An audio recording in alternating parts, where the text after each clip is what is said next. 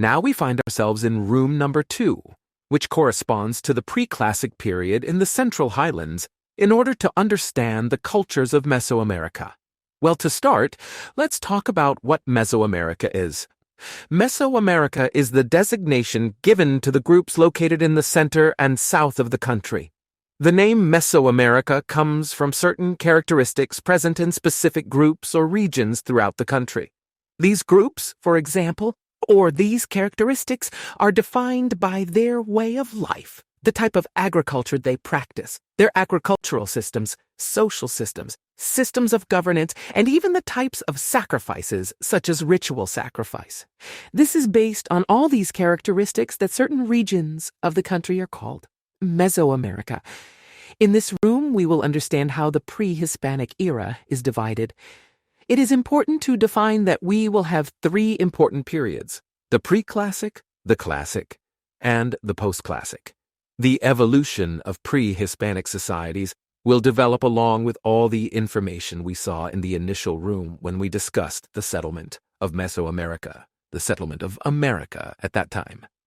We will understand that nomadic groups transitioned to settlement in one place based on their food sources. As these nomadic groups developed socially or increased in number, they needed new strategies or new social organizations.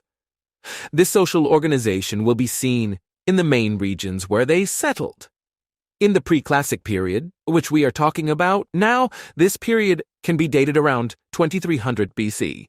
The first group settled in regions in Mexico, most notably those centered around the Great Lake I mentioned. Additionally, we have other important cities located near the Gulf of Mexico. We have a panel called The Pre-Classic in Mesoamerica, composed of 36 points representing the main cities at the beginning of the pre-classic period.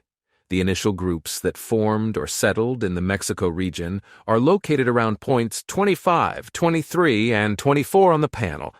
These numbers correspond to places such as Ventana, Tabasco, Tres Zapotes in Veracruz, and San Lorenzo in Veracruz. This region is one of the most significant in the country because it was the first place where settlement groups were established in Mexico. Following these societies, we will find groups in the central part of the country, the states of Mexico, Hidalgo, Tlaxcala, Puebla, Morelos, and Mexico City. Moving to the next space, we will locate the Great Lake of Mexico City. This Great Lake is on a panel called the Basin of Mexico. It consists of 5 lakes: Lake Texcoco in the center, Lake Coquimilco to the south, Lake Chalco also to the south, Lake Zumpango to the north, and Lake Yaltocan to the north. The size of the lake changes with the seasons, growing during the rainy season and diminishing during the dry season. Lake Texcoco in the center is the largest, while Xochimilco and Chalco are smaller and contain fresh water. Zumpango and Yaltocan to the north are saline lakes. We also have 2 important volcanoes, Iztaccíhuatl and Popocatépetl. These 2 volcanoes are important for the culture and wealth of the region, and we will understand why cultures settled around this great lake. Many cities were important during this time period, especially the earliest ones, such as Tlatilco, El Arbolillo, and Cuicuilco. We will explain these civilizations in more detail. We will see certain ceramic vessels in the shape of animals, as animals were often the first influence on their artistic expression. Later, we will see a showcase in the center of the room featuring figurines called Beautiful Women. These figurines are important because they represent the connection between humans, fertility, and the relationship between life and death. We will also see the first tools. In a showcase on the right, there are stones used as tools, such as obsidian, tezontle stone, and river stones. These tools were crucial for various activities, including textile production. They used cotton and agave fibers for textiles, even using bones for cutting, sewing, painting, and writing. We will focus on the last panel in this small room called Shamanism. Shamanism is important, derived from the word shaman. Shamans were healers. In early social representations or social organizations, the connection between humans and the universe was complex due to a lack of understanding. To explain the inexplicable, they turned to magic. Thus, the shaman emerged as a figure explaining the world through magic. Moving on to the next room, we see a series of burials with offerings, especially in the Tlatilco area.